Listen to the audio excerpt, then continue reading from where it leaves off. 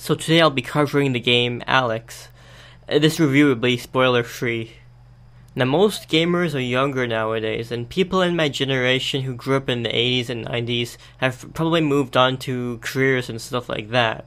But back in the old days, there used to be a lot of really in-depth RPGs. They weren't the flashiest and they didn't have the best graphics, but they had really amazing gameplay and really amazing decisions that you could make that actually mattered in the game. So it felt like you were actually role-playing someone. One of the old RPG series that a lot of people remembered was called Gothic. It was really amazing for its time. They would have amazing worlds that you could explore and so many quests and decisions that could change the story significantly. The Gothic series, I would say it peaked at about Gothic 2.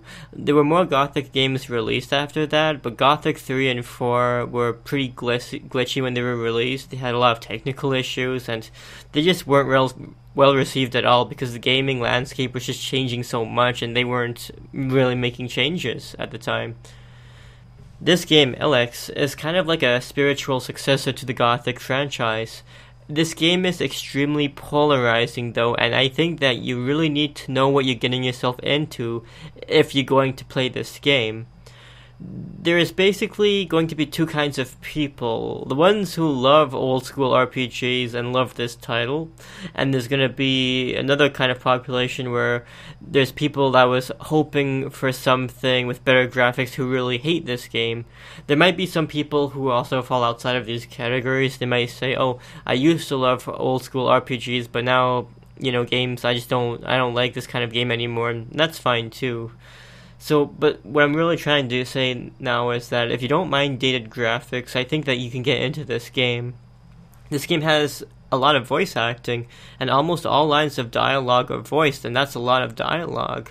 But the problem here is that the voice lines themselves are very poorly translated. Like, the lines are just so awkward. It doesn't sound like a sentence that someone would actually say in English.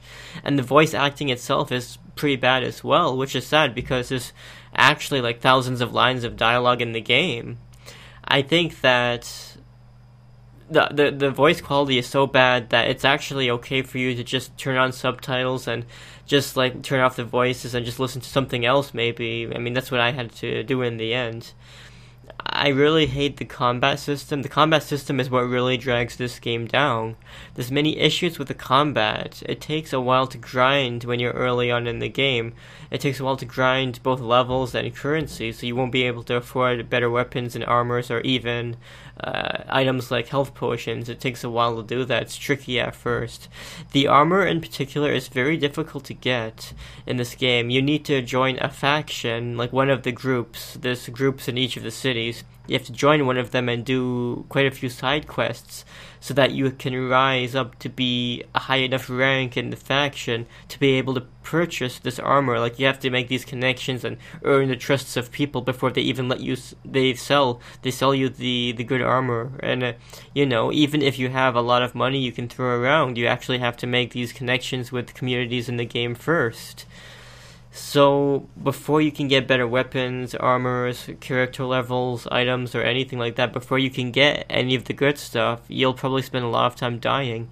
And you'll spend a lot of time reloading and just saving a lot because you're always going to be scared. You're going to be dying a lot. The game's combat is very unforgiving. Sadly, the combat will immediately start after the dialogue, after the cutscene of when characters are talking. What I mean is that sometimes when you talk with a character, you'll get like a little cutscene. You can choose the lines of dialogue and you can make your decisions on what you want to say to the character. But the problem is that sometimes a character you're talking to will get angry at you and attack you. That's fine, but the problem is that as soon as the dialogue is finished, you'll get into combat, and if you don't press something quickly, if you don't press the button to enter combat, you'll get like one or two shotted almost immediately. That happened a few times. I was just relaxing with the dialogue, then all of a sudden, boom, like the character just starts attacking me. You actually have to pay a lot of attention. I had to lower the difficulty of the game because I just found it so difficult and grindy to deal with, and I guess I was too spoiled with the games that were coming out nowadays. So I actually set the difficulty down to the easiest mode.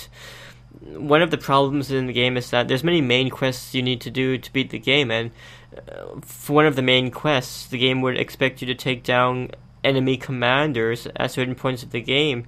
Now, some of this is reasonable, like you'll be given an army that you can, and in the storyline you recruit the allies, and you have your own army to own, and you can you can't really command them that well, but you'll at least have an army that will join you while you defeat the enemy forces, so that's really good. But I noticed at certain times you'll have to do this all alone, like only having this army is only for the biggest main quests in the game, but for some of the littler quests that are still the main quest, I had missions to take down enemy commanders, and I had to do it all alone with maybe just one companion I could take with me. It was just so difficult, and I don't know why the game expected me to do that. If there's I would say if there's more than two enemies on the screen at once, you'll be outmatched, and you'll actually die really easily, like 3 or 4.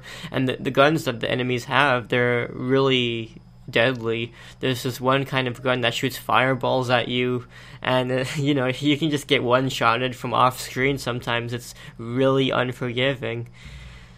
So eventually, if you read about the game's combat mechanics, you can eventually cheese the game, but you'll have to know what you're doing, and you can keep buying infinite amount of healing items by just sleeping, then going to the shop, then sleeping so it restocks, and then you go to the shop again.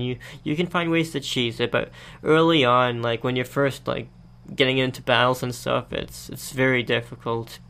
No spoilers, of course, but the final boss is really bad in this game. There's a really lengthy dialogue sequence before the final boss, and then there's infinitely spawning enemies while you fight the actual boss. And because, as I said, if you have 2 or more enemies on the screen at once, you're probably going to get killed because of how unforgiving the combat is.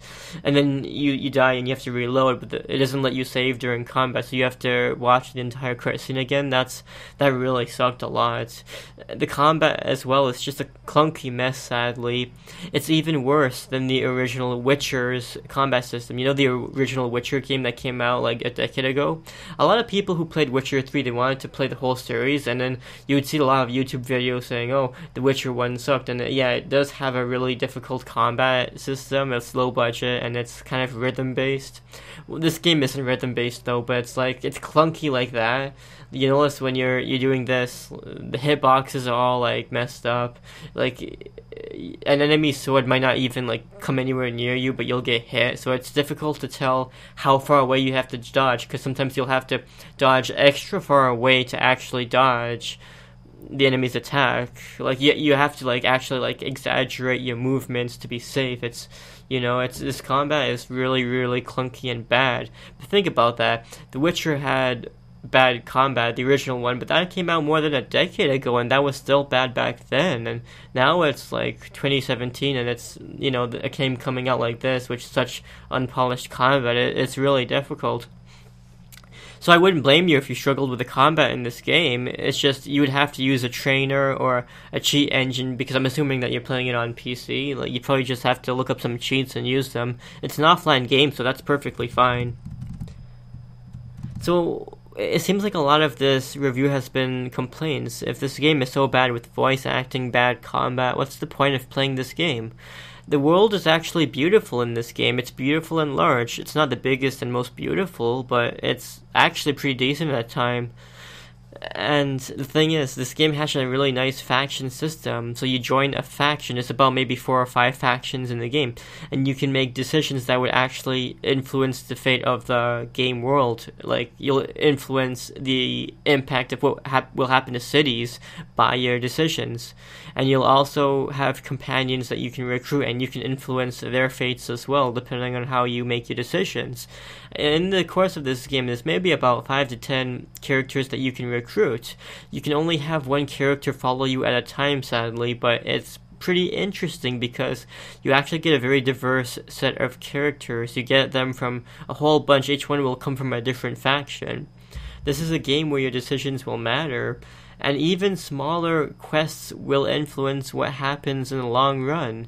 It's very, very easy to lock yourself out of certain paths because of making certain decisions. That's okay though, because you take the role of this character and you can choose whatever you want. You can really get into the role and really have a fun time. Your actions over the course of the game will actually matter. It's not like a Telltale game or anything like that. This game has what they call the cold system. It's just the game's morality system. You know what I mean by morality system. You know, like in Mass Effect, how you had the Paragon versus Renegade system. In this game, you can either make cold decisions, and cold decisions are the ones that would like kind of be like assholey decisions, which will basically increase the cold stat that you have, or you can make emotional decisions which will reduce your cold stats, like being sympathetic to characters, for example. Your cold status will affect, like, it's an invisible number, but how high or low it is will influence whether or not you can make certain decisions. So it's kind of like, if you're being bad the whole game, you're gonna have to be bad, and if you're being really sympathetic, you'll have to be sympathetic for the whole game. Your companions will see the decisions that you make throughout the game, and, you know, that's gonna make them either like you or hate you. There's not really, like, repetitive side quests. It's not really fetching. I'd say that all of the side quests have characters who each have unique sets of dialogue. People really love this game because of the world building and the lore that the game has. It starts off as a very, very slow game, but I guarantee that if you can stick with it for a few hours, you'll enjoy this game a lot, especially if you're a fan of the old school RPG genre. How's the length of the game? This game is pretty long. It has a lot of main quests and acts. It's like the length of the original Witcher game, which was actually very long. It has so many acts in the game, and there's many plot twists along the way. Some of the characters you can talk to, maybe they're a bit too narrative heavy. It sucks because you're not reading dialogue anymore like the old games. Now you have to listen to voice acting, but I felt like in this game, you actually do sometimes have to listen to paragraphs and paragraphs of dialogue, which can get pretty old fast. But I feel like if you take breaks in the game and play this game only once in a while, you'll get through the story pretty easily. Again, one of my major gripes with the game was that final boss. It's really cheap and it really sucks. Some of the enemies in the game are pretty cheap as well. So don't be afraid if you have to cheat a little bit. This game is definitely flawed, there's no doubt about that. There's many, many flaws, and the game as a whole is flawed. But I did find myself enjoying the experience and the decisions I could make. The factions I could join was really amazing, and the lore of the game was really rich. Each faction is really different, and I know this game is definitely not realistic, but I mean, each faction is so detailed, and you can tell that a lot of hard work was put into making the characters all feel unique in their own way, and even making the cities that you find around the world feel unique.